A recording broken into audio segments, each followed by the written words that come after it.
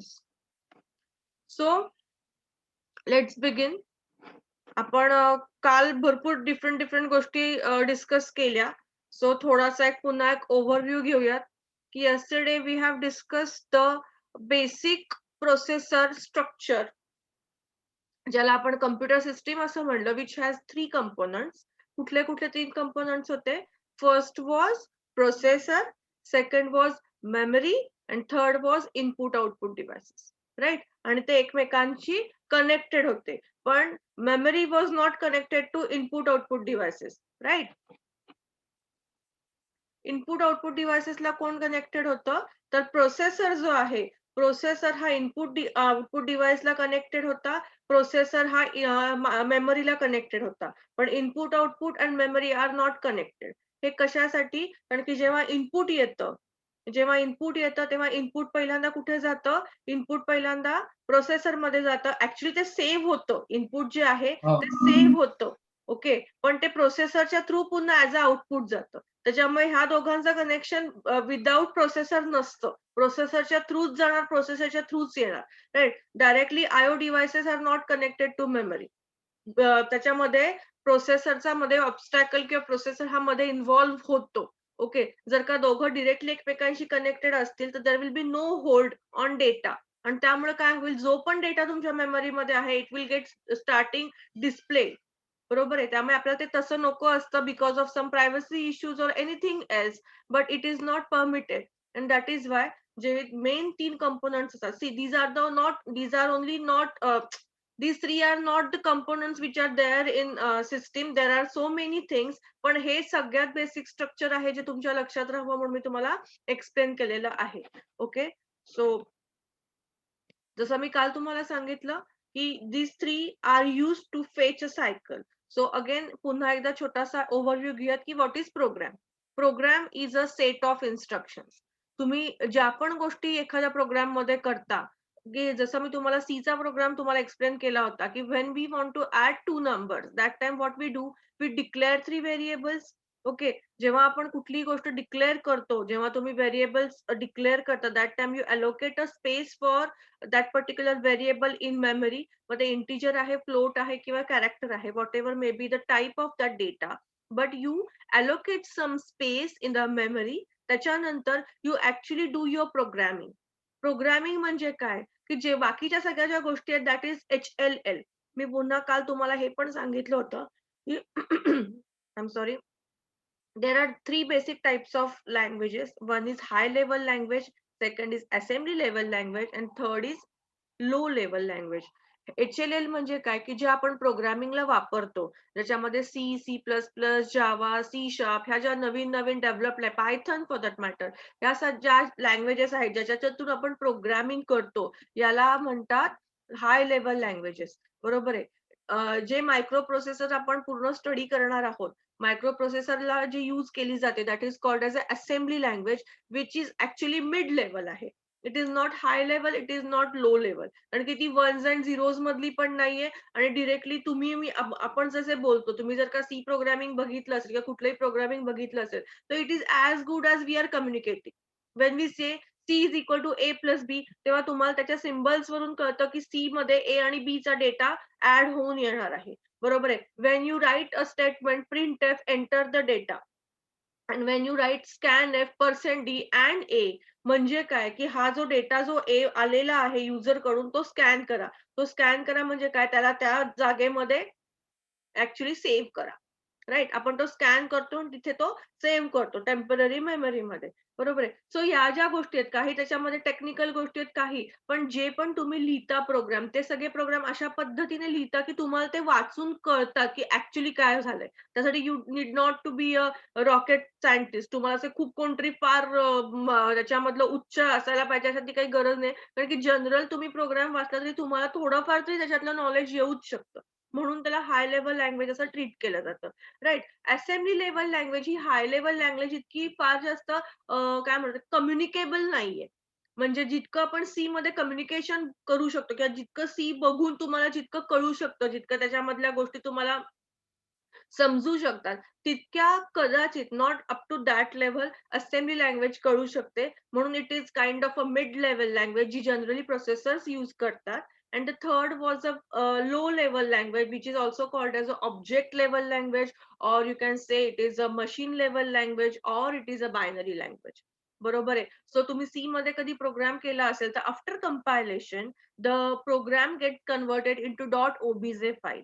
तुम्ही जर का तुमच्या ह्याच्यामध्ये सी कोलनला जिथे तुम्ही हा जे आपलं सीचं जे आपण टर्बो सी जे आपण इन्स्टॉल करू त्याच्यात आपण सी चे प्रोग्राम्स करतो, ते जर का तुम्ही ओपन केलं तर सी मध्ये त्या टीसी मध्ये बिन नावाच्या फोल्डर मध्ये डॉट ओबीजे फाईल्स असतात. तर त्या ओबीजे फाईल काय असतात, तर basically when we compile a program, though it throws some errors whenever there are errors, काही स्ट्रक्चर मध्ये किंवा त्याचा जे काही पूर्णपणे ज्या पद्धतीने आपल्याला सी चा प्रोग्राम लिहायला पाहिजे त्याच्यात कुठल्याही प्रकारच्या एरर्स और बग्स असतील, मग ते सिंटॅक्टिकल असतील किंवा आणखीन कुठल्या असतील, लॉजिकल असतील, तशा कुठल्याही प्रकारच्या बग्स किंवा एरर्स आल्या तर तो तुम्हाला थ्रो करतो, तुम्हाला तो दाखवतो की दिस इज अ एरर. आणि तुम्ही जेव्हा ती सॉल्व्ह करता, रिझॉल्व्ह करता, तेव्हा ती पूर्णपणे तुमचा जो काही प्रोग्राम आहे तो कंपाईल होतो. म्हणजे काय होतं, तर तो सगळा जो काही प्रोग्राम आहे it get converted into OBJ file.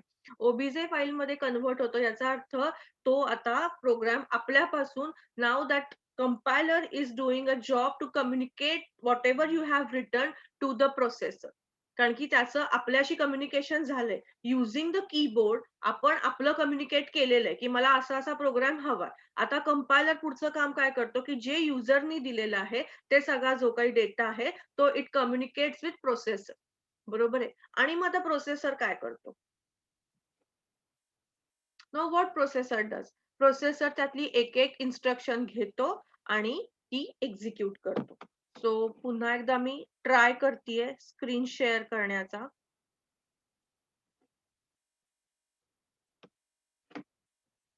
and I'll try to write here. Okay. So ही आपण काल बघितलं की दिस इज अ प्रोसेसर. आता थोडस पुढे आपण जाऊयात.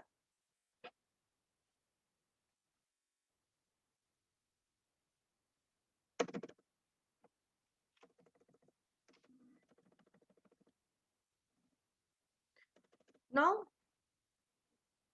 आपण इन्स्ट्रक्शन सायकल काय असते ते आता बघणार आहोत. What is instruction cycle. Okay. तर इन्स्ट्रक्शन सायकल म्हणजे काय की तेव्हा तुम्ही सीचा एखादा प्रोग्राम लिहिता, जे तुम्ही इन्स्ट्रक्शन्स लिहिता ते काय असे एकदम सगळे एक्झिक्यूट होत नाही. कुठलीही गोष्ट ऍज अ होल होत नसते. It has some specific sequence. लक्षात घ्या, तुम्ही जनरल जेवायला बसला तर तुम्ही एक ताट अख्खं तोंडात घालत नाही, तर तुम्ही त्याला काहीतरी एक सिक्वेन्स ठेवता. बाबा आधी चपाती खायची, आधी भाजी का पोळी भात खायचा, व्हॉट एव्हर तुम्हाला जे हवंय, पण एक सिक्वेन्स असतो. बरोबर आहे. तुम्ही एकदम घेऊन सगळं कोंबत नाही. सिमिलरली जेव्हा तुम्ही कुठल्या पण इन्स्ट्रक्शन्स लिहिता, जेव्हा तुम्ही कुठलाही प्रोग्राम लिहिता, तेव्हा ऍज अ होल तो कधीच कन्वर्ट होत नाही, ऍज अ होल कधीच एक्झिक्यूट होत नाही. तर त्याच्यासाठी काय करायला लागतं, तर एक आणि एक इन्स्ट्रक्शन यूज केली जाते. So there are 3 things which happens whenever we write a program. One is fetching,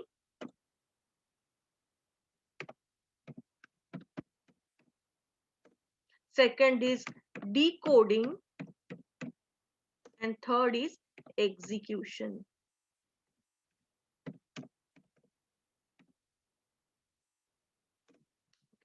so ह्या 3 गोष्टी एकदम महत्वाच्या आहेत, हे लक्षात ठेवा की what is this, whenever we write a program or whenever there is a program, what happens inside this processor. तर या 3 गोष्टी होतात. कशा होतात, फेचिंग होतं, डिकोडिंग होतं आणि एक्झिक्युशन होतं. म्हणजे कसं होतं, that I will explain you now. की समजा मी अगदी सिंपल प्रोग्राम लिहिला, तर मी बाकीचा बेसिक लिहित नाही बसत. मी फक्त तुमच्या इथे लिहिला C is equal to A plus B. कसला आवाज येतोय मध्येच. C is equal to A plus B ही इन्स्ट्रक्शन आहे. त्याच्यानंतर आपण आणखीन एक इन्स्ट्रक्शन घेऊयात, C is equal to C plus ए.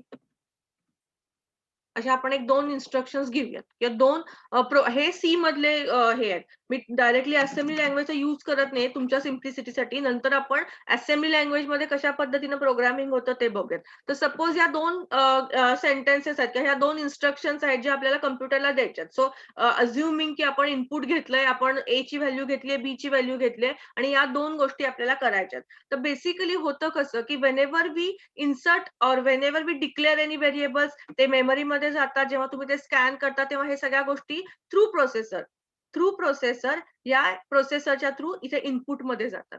बरोबर आहे. हा सगळा डेटा इनपुट मध्ये गेला. आता आली इन्स्ट्रक्शनची वेळ.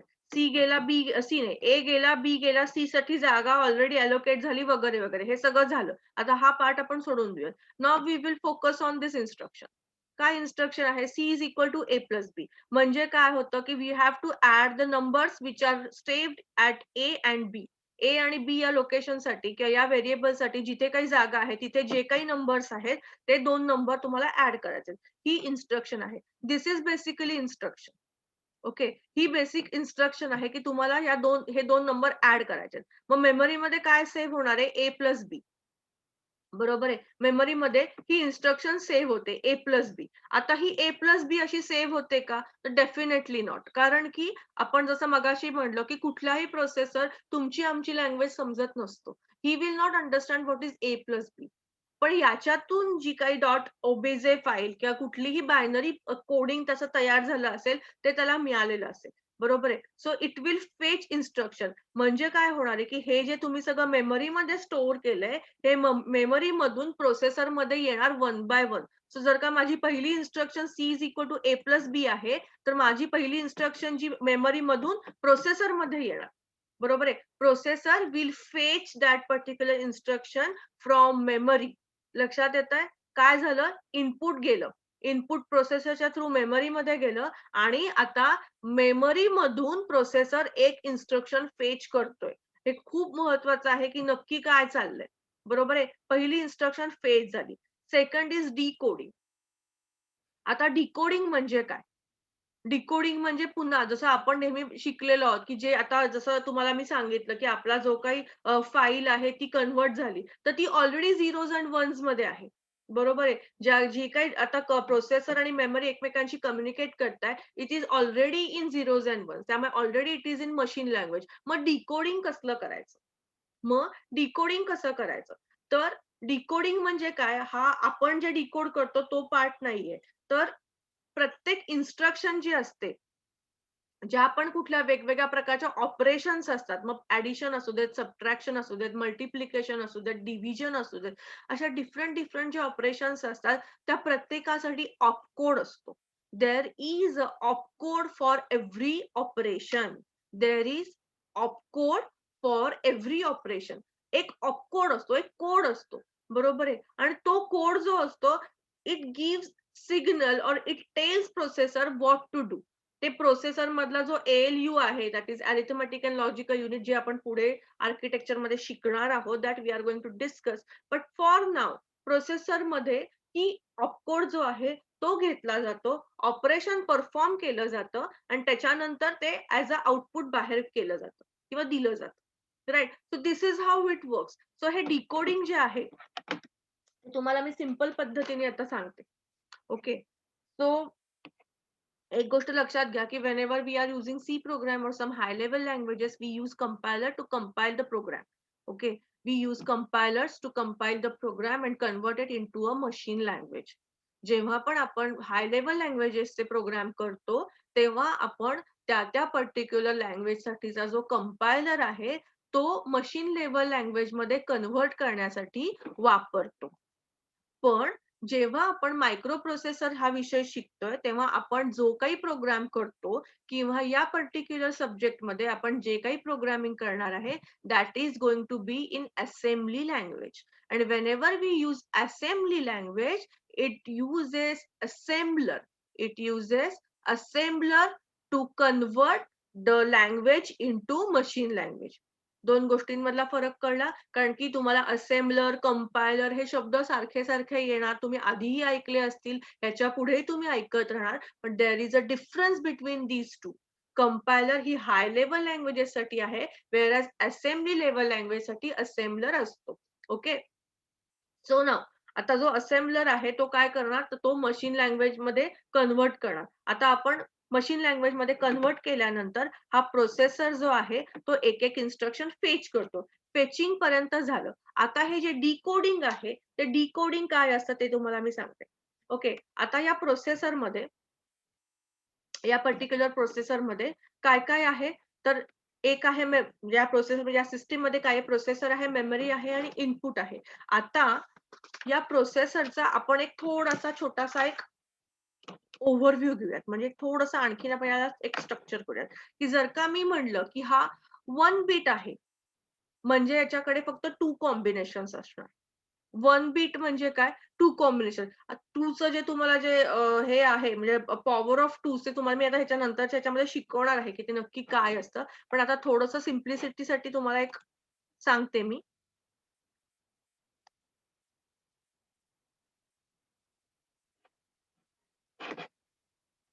1 सेकंड.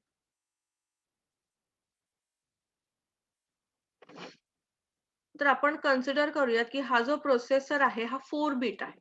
सॉरी 2 बीट घेऊयात आपण, चला 4 बीट नको. 2 बीट म्हणजे किती, 2⁻²2 म्हणजे 4. म्हणजे जेव्हा मी म्हणते की माझा प्रोसेसर 2 बीटचा आहे, म्हणजे माझ्याकडे 4 इन्स्ट्रक्शन सेव्ह होऊ शकतात, बिकॉज 2⁻² इज 4. आता एवढंच लक्षात ठेवा, ते का कसं हे तुम्हाला मी सांगणार आहे, because I need to explain you what is decoding. तर या प्रोसेसर मध्ये जर का मी म्हटलं की हा जर का 2 बीटचा म्यूपी आहे, तर माझ्याकडे किती इन्स्ट्रक्शन राहणार, तर माझ्याकडे 4 इन्स्ट्रक्शन्स राहणार, right.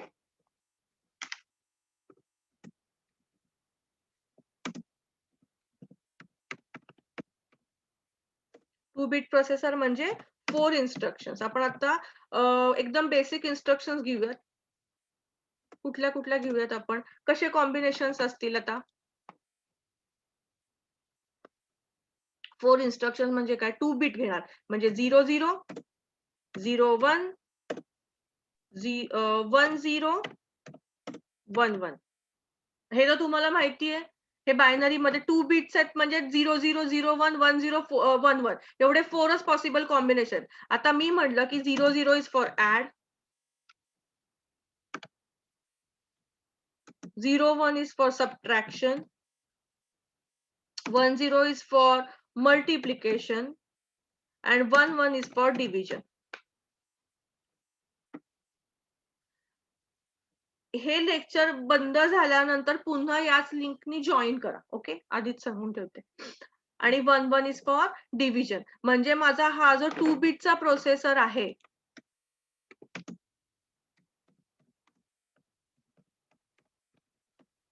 2 bit processor, therefore 4 instruction. आता जेव्हा 4 इन्स्ट्रक्शन्स असतात म्हणजे काय असतं, तर त्याच्यासाठी छोटे छोटे असे रजिस्टर्स असतात आणि ते काम करतात, ज्याला ALU असं म्हणतात. ओके, जे डीप मध्ये आपल्याला बघायचं आहे. तर याच्यामध्ये हे 4 आपण म्हणूयात की हे 4 छोटे छोटे इन्स्ट्रक्शन्सचे रजिस्टर्स आहेत. Okay, so these are different 4 register which are available in that particular processor. कुठले कुठले 4 आहेत, तर प्रत्येक बीट आहेत ना, 10110001, हे जे 4 बीट्स आहेत, बरोबर. आता आपण असं कन्सिडर करू की इथे मेमरी आहे. या मेमरीमध्ये इन्स्ट्रक्शन आल्या, प्रोग्रामिंग मधून इन्स्ट्रक्शन आल्या. प्रोग्राम मध्ये इन्स्ट्रक्शन कुठल्या कुठल्या आल्या, तर आपण लिहूयात. फर्स्ट आली 00, मग आली 00, सॉरी परत आली 00, मग आली परत 00, करूयात 10. आता ह्या 4 इन्स्ट्रक्शन्स आहेत. आता बघून तुम्हाला हे कळू शकतं का की 00 म्हणजे काय करणार. 00 ही इन्स्ट्रक्शन आता प्रोसेसर पहिल्यांदा घेतला, म्हणजे इनपुट मधून हे आलं, बरोबर. प्रोसेसरच्या थ्रू ह्या मेमरीमध्ये या 4 इन्स्ट्रक्शन्स आल्या. मग व्हेनेवर देअर इज 00, ही 00 कुठून आली, ही 00 ऑलरेडी तुम्ही लिहिलेल्या प्रोग्राम मधून कन्व्हर्ट होऊन आली. तुम्ही लिहिलेल्या प्रोग्राम मधून कन्व्हर्ट होऊन आली. आता 00 म्हणजे कुठलं ऑपरेशन करायचं, हे कोणी सांगू शकेल मला. 00 म्हणजे कुठलं ऑपरेशन करायला लागणार आहे. ऍडिशन. येस. तर 0 जेव्हा पुन्हा प्रोसेसर कडे जाते तेव्हा प्रोसेसर काय करतो, हा 0 दिसतोय. 0 म्हणजे काय, 0चा अर्थ काय, तर इकडे एक वेगळं रजिस्टर असतं ज्याच्यामध्ये तुमचा पूर्ण हे सगळ्या गोष्टी सेव्ह केलेल्या असतात. की 0 म्हणजे काय करायचंय, ऍडिशन करायचे. 0 म्हणजे काय करायचंय, सबट्रॅक्शन करायचे. 1 म्हणजे काय करायचंय, मल्टिप्लिकेशन करायचंय. 1 म्हणजे काय करायचं, डिव्हिजन करायचंय. तर या प्रत्येक 4 वेगवेगळे जे रजिस्टर्स आहेत त्यांना त्यांचं काम दिलेलं आहे, जे ALU करतं. बरोबर आहे. So we are not going into that की ते कसं करतं. आता आपल्याला काय समजायचंय की जेव्हा ऑब्जेक्ट फाईल कन्व्हर्ट झाली किंवा जेव्हा मशीन लँग्वेज मध्ये मेमरी मधल्या या सगळ्या इन्स्ट्रक्शन कन्व्हर्ट झाल्या, तर मेमरीमध्ये बेसिकली हे असं दिसतं. बरोबर आहे. तुमच्या इन्स्ट्रक्शन्स ह्या अशा दिसतात. आणि जेव्हा ह्या अशा दिसतात तेव्हा या 0चा अर्थ काय, या 0चा अर्थ काय, या 10चा अर्थ काय, किंवा आपण इथे अजून बदलून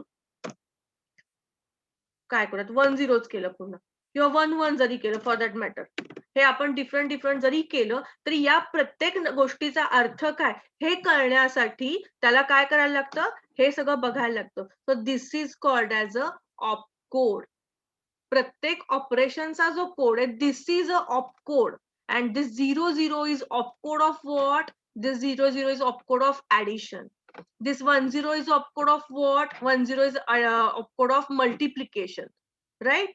So हे आधी पुन्हा लक्षात घ्या की ऑपकोड विल बी 2 बिटचा आहे, कारण की आपला प्रोसेसर 2 बिटचा आहे म्हणून आपले 2 बिटचे ऑपकोड्स आहेत. आणि प्रत्येक ऑपकोड जो आहे इट सिग्निफाईज इट्स ऑपरेशन, आणि म्हणून it is called as opcode, operation code. It is a काय म्हणतो आपण, combination of 2 different words, operation word. मग कुठल्या ऑपरेशनसाठी कुठला ऑपकोड लागतो, तर तो जो कोड जो आहे 00 is a code for the operation addition. He concept clear झाली आहे सगळ्यांना? सो मेमरी मध्ये कधीही सी प्लस बी, ए प्लस बी असं दिसणार नाही. तर मेमरी मध्ये काय सेव्ह होणार आहे, 0 म्हणजे काय करणार, तर processor will fetch this 00. Processor कडे जेव्हा येईल तेव्हा तो काय करणार, प्रोसेसर कडे जेव्हा ही आपली काय म्हणत आपण इन्स्ट्रक्शन येईल 00, तर प्रोसेसर काय म्हणणार की 00 म्हणजे काय, तर इट विल गो देअर. तिथे एक त्याला स्पेसिफिक वर्ड आहे, ते रजिस्टर असतं, त्याच्यामध्ये ह्या सगळ्या इन्स्ट्रक्शन सेव्ह केलेल्या असतात, त्याला इन्स्ट्रक्शन रजिस्टर असं म्हणतात. ते सगळं आपण पुढे बघणार आहोत. सो तेथे पूर्ण त्या मेमरीमध्ये ह्या सगळ्या डिफरंट इन्स्ट्रक्शन्स असतात. आता आत्ताच्या प्रोसेसरला फक्त या 4 गोष्टी लागतील का, एवढं जमेल का, तर नाही. आत्ताचे प्रोसेसर खूप मोठे. मी आता फक्त 2 बिट प्रोसेसर बद्दल बोललो, so I have only 4 instruction. बरोबर आहे, कारण की 2 इज 4, 2चं कॉम्बिनेशन आपण बघूया. So this is how it actually works. Concept clear झाली सगळ्यांना? कळलं मी आता काय सांगितलं ते, की बेसिकली काय होतं हे कळलं सगळ्यांना? हे जे आपण आता म्हणलो याला डिकोडिंग असं म्हणतात. प्रोसेसर जे डिकोडिंग करतो ते हे डिकोडिंग करतो. It fetches the instruction from memory into processor. It checks the op code and it will execute. मग काय होईल, एक्झिक्युशन कोण करतं, एक्झिक्युशन ALU करतो. सो जर का मी म्हटलं की this is a register for addition, तर याच्यातून तो रजिस्टर ऍड करणार आणि मग आउटपुट बाहेर इनपुट आउटपुट डिव्हाइसला पास ऑन होणार. राईट. आणि ते that is a third stage, that is called as a execution. तुम्हाला तिन्ही गोष्टी कळल्यात? मला कोणीतरी एकाने हो नाही म्हणून सांगा, otherwise I will explain it again. Anybody? मी आता तुम्हाला जे सांगितलं ते सगळ्यांना कळलेलं आहे प्रोसेसर मध्ये ऍक्च्युअली काय होतं whenever you write a program? Yes? जी मैम.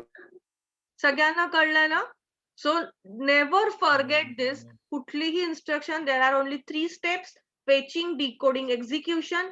फेचिंग मध्ये मेमरी मधून फेच होतं. डिकोडिंग म्हणजे ऑपकोड कुठला आहे तो बघून त्याप्रमाणे ऑपरेशन ठरतं. आणि एक्झिक्युशन म्हणजे बेसिक ते जे काही ऑपरेशन आहे ते परफॉर्म होतं. Right? So these are the 3 steps which actually happens whenever we give any instruction through programming. लक्षात आलं? Okay, good. सो आता तुम्हाला एक फार इंटरेस्टिंग आणखीन एक गोष्ट मला शिकवायची आहे.